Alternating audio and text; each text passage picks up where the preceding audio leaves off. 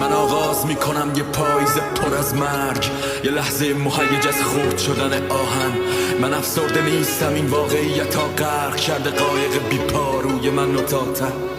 نزا ای بشه آسمون خراب رو سر نزا فرداد بشه سراب تو شبت بزا کور کنه خنداد چش دنیا رو بمون سر پات خالی کنی دل گرگا رو. باید نباره نفست وسطش اگه بمونی، باید محکم و صفت بمونی اگه بتونی. انو اول رای وقتی انتاشی من نمیدونم اومده ته قصه چی، من فقط میدونم حقیقت من و تو ماییم پرنده ها Remixed by ایمان حاجی نژاد.